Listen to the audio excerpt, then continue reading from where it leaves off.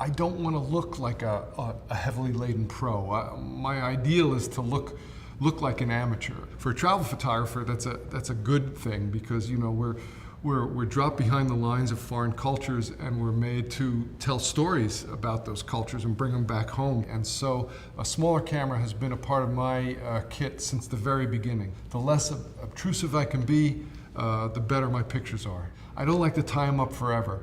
I feel like the best communication comes early on. We make that connection, I make my shots, and I'm out of there. So being able to work quickly and efficiently is an important part of the way I work. Yeah, talking about favorite images is hard. It's like trying to pick your favorite child. You love them all, kind of a thing. But the images that I treasure are the ones that I've worked hardest to overcome whatever those barriers are. The picture of the men bathing in what's called the Blue Lagoon was the runoff pond from a geothermal energy plant. I can remember the camera, and it was my FM2 and a 24 f2, and I got in the water and I got closer and closer to these guys, and I made this environmental portrait of them with this space station looking thing in the back and the water, and it was just a very bizarre and very unique image. If I were able to take this picture today with today's technology, with the DF,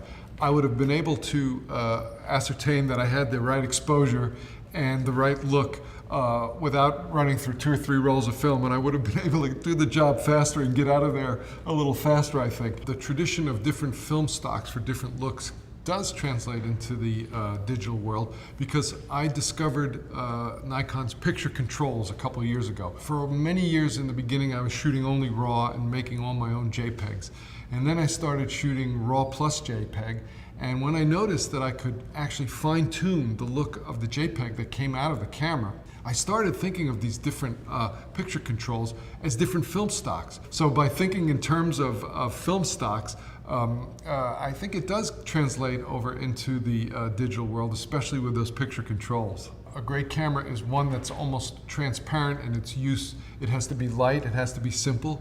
It has to let me do everything I need to do, but not bog me down with a lot of bells and whistles that I personally don't need. I don't think this camera forced me to change much of the way I was working at all. I could glance down, see my shutter and all that kind of stuff, and it was like the film days. So I was more in the moment, I felt.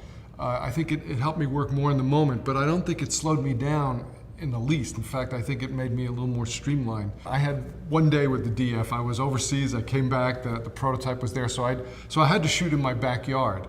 And my backyard is in Bucks County, Pennsylvania. I went out and sought out some people situations, and one of the people I sought out was my buddy Jeff Klein, who's a pretty well-known blues musician down in the Philadelphia area.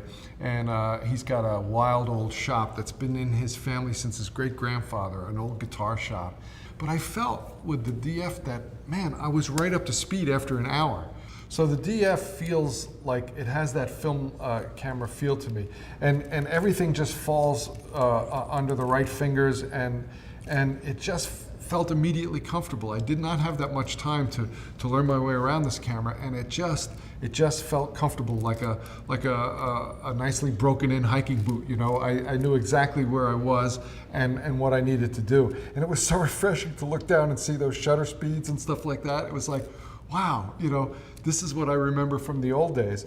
And yet, as I say, the results were totally modern and contemporary and fantastic. For me, a perfect image has to have 3 elements. It has to have great composition, it has to have great light, and it has to have a sense of moment. When those 3 elements come together, there's a communication. We're slicing off a minute of time or a fraction of time, and we're holding it up to show. And when those 3 elements all come together in a single frame, that for me is the perfect image.